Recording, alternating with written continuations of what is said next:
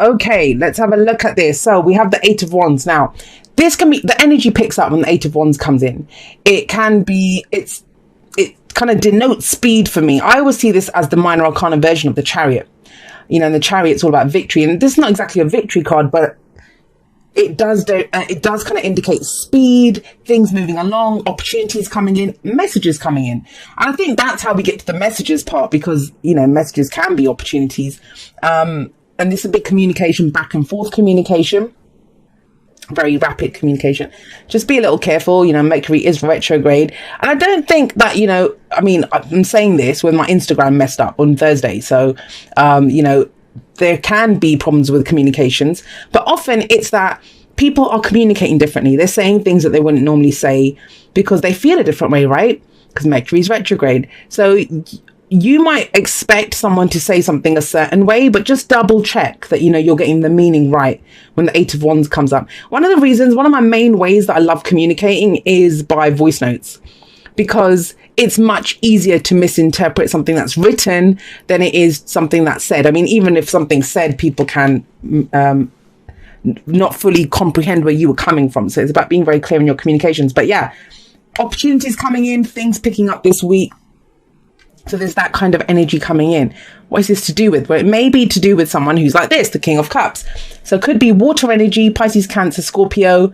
Doesn't have to be, right? They don't own the cards. They just lend their energy to it. And I do love the King of Cups because he is very nurturing, very caring, he's very kind of family energy, you know? He's romantic. He knows how he feels, but he is a king. And kings have reached mastery of this. So he has great control over his emotions. Not so much like the King of Swords. I mean, the King of Swords, he has emotions, but he just ignores them. He concentrates on the logic. This guy doesn't ignore his emotions, but he doesn't always express them until he's ready to. So there is that energy with the King of Cups, you know, he's going to bide his time. This could be someone that, you know, who has immense feelings for someone, but they're not saying it. Is that you, Leo? Is that you? I don't know, though. I'll be honest, because obviously, first of all, it's a general, so the energies can go both ways. But with this coming up, communication, and with some of these other cards, have a look how many cups came up. There is confusion that comes out of this, and I'm jumping ahead, but it's underneath him. So I feel kind of actually that the secrets do come out here, but we'll see. And it's to do with something from the past. The Ten of Cups comes up here. Now, this might be your idea of what the happily ever after looks like, right? Happy families, the white picket fence, or whatever it is that denotes your complete heart's contentment. Now, some of you might have felt that you had this in the past, and for whatever reason, it's gone. You know, it's gone. I'm going to read these two together, actually, because this is the present. We have the Six of Cups here. Because the Six of Cups, it's about thinking back to a time when you were happy, when you were truly happy, which would have been that. So these two cards, they work really well together. And he's even looking towards this, right? So this could be someone from that you've known before, that you had feelings for in the past. Maybe they weren't communicated, or that they never told you how they felt. And I know I'm going it's a general reading, and it's supposed to be general, and I do usually stick to the general energies, but guys, it is kind of looks that way, right? Now, you're happy ever after, it can be in a work situation, but you apply that energy as it is. I can only go for the main story. As you guys have seen in previous weeks, I can go a number of different ways, but then I'd need like 2 hours for each video to give every single outcome. That's why I try to concentrate on just the energies. And that's how energies work, you know. We have the opportunity to use them in whichever way we want. So somebody's happily ever after might indicate some job that they want to work at, you know, and this is your heart's desire, but you've not really been fully exploring it or going for it, but you've known that this is what you want. But you kind of gave up on that dream because this is that happily ever, whatever that happily ever after is for you. And now maybe some communication comes in and you think, wow, I actually can work at that place. A dream that you had before, right? Looking back at that. So see, it can be used in other areas, but let's stick to, this is something that made you really happy in the past. That you might have thought this was your be all end all. It might have just been the concept, you know, of your happily ever after. But whatever the Ten of Cups shows, I mean, this can be families. I don't really like it when the cards like the Ten of Cups or the Ten of Pentacles get linked totally to family situations. For some people, they can be, right? But the actual energy of the card is, what is it about that family? What is it about that? It's your heart's contentment. It's everything's complete. You know, you have the couple, you have the baby, usually you have like a beautiful house, the land, everything. All the cups are there, like the rainbow above them. It is the fairy tale happily ever after. For whatever reason, you're looking back at this. This could have been last week, last month, last year, whenever this was. And you're thinking back, you're looking back at this. Why? Did someone come back from that period in your life? And it could be a friend, could be a colleague, could be anyone.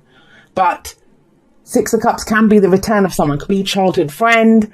But normally the energy of the Six of Cups is nostalgia, just looking back.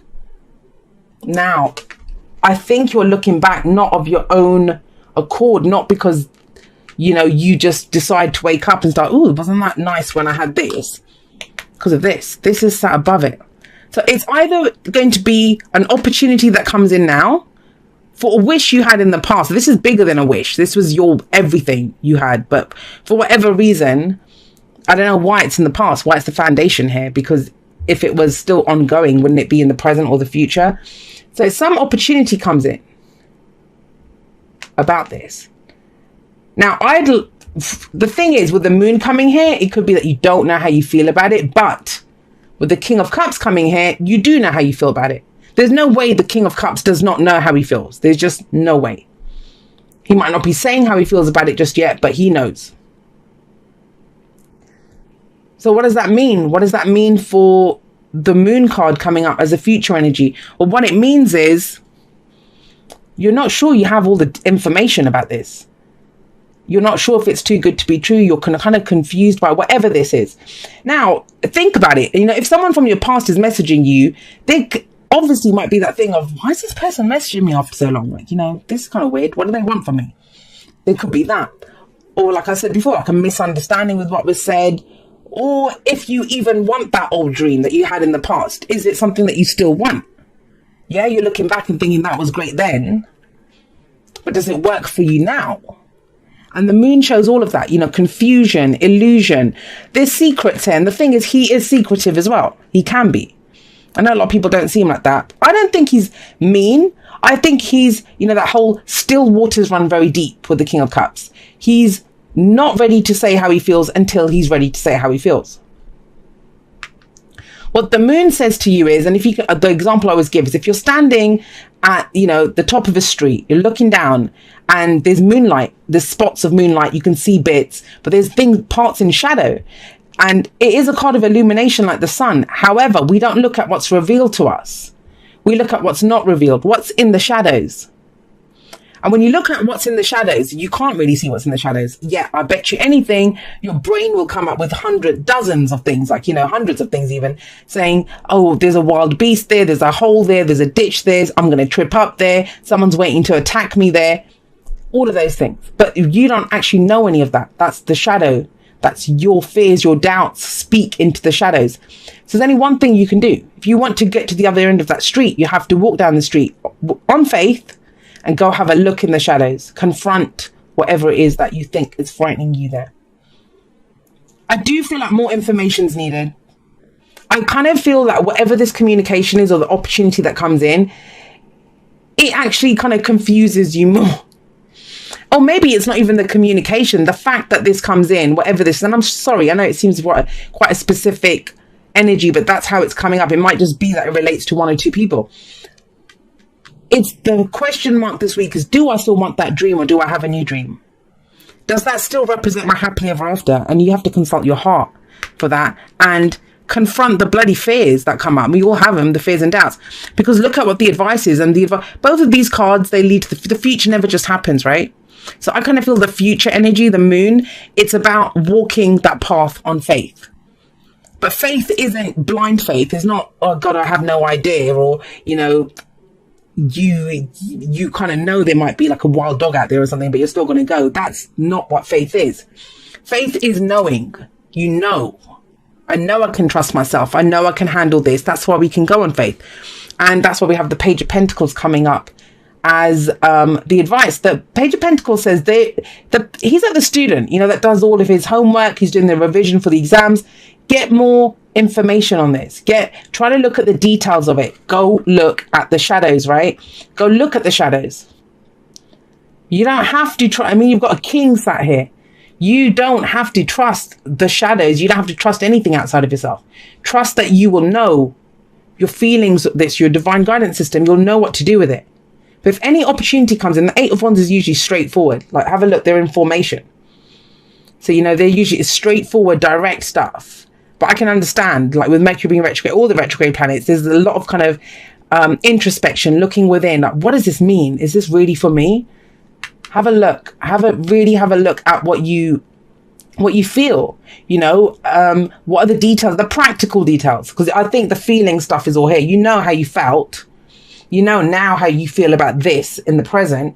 You know that you're afraid of certain stuff. So this is all very emotional energy coming up. But that's why the advice is, like, be a bit practical. Get as many details as you can. Have a look at this. This is kind of like the grunt work, the kind of boring little, reading the small print. That's what the Page of Pentacles is. He reads the small print. And I would say do that, because this is some massive energy coming in. Beautiful, not trying to downplay it in any way, because it's just that you have fears and doubts about it. So to allay your own doubts and fears, please read the small print, because you can be, look at them. They're just looking up at the rainbow of cups. It can be kind of, you can be bedazzled by it. It can be very distracting. Think, oh my God, I've got all that there. But I will say this about the Page of Pentacles. Sometimes when we look closer at it, it doesn't look like much. And we think, is that all there is? Like all of this fanfare and all of this? But it's something that can build into something huge. You know, it can become something much bigger with the Page of Pentacles showing up here. Pages, I always say this, they're like aces for me. Yeah, like the Ace of Pentacles, right? So let's see what we have coming up from the Oracle cards for you. We have true love. This love is a once in a lifetime love. That's how it kind of feels. And you know, the thing is, a lot of times when we encounter something that feels that, you know, like, oh my God, I'm never going to love anything as much as I loved this before. This could have been something from the past. Like this might be a brand new situation that's coming up, a brand new person that you meet, someone that you're communicating with or on offer. And it's just reminding you of the situation in the past. And that's the thing. When people experience true love like this, they think it can only happen once because it feels so amazing. I tell that story every time. I'm not going to tell it with this one, but you know, that's how love works. It feels like true love. It feels like true love. And it's beautiful that it does. That's why we do this again and again. No matter how hard we get burned, no matter how much we get hurt, we come back for more because it is true love. I don't just mean with that person. If they hurt us, this is what I was talking about. The faith thing. You just have to trust yourself. We have no place like home coming up. What is home? It's the place where we're the safest, where we feel secure, right? Where we get comfort. And this card reminds you that you always have a safety, security, all of that stuff in your own being. You provide that for yourself. So you don't have to ever be afraid wherever you go. You know, you are your own home and you can trust yourself. Now, how do you keep yourself safe? Or how do you bring yourself that comfort? By being authentically who you are. And I'm kind of getting this, that is secretive energy in the middle. That is secretive energy in the middle. Now, it might be that the Page of Pentacles is telling you to go slowly. If you think things are being hidden from you, that something's being shown to you kind of very kind of salesman-like, oh, here, look at this. And you're being kind of bedazzled by it. Take a look under the hood, right? That's what the Page of Pentacles says. Go slowly. You know, you don't just have to buy the car because it's got a shiny red paint on it.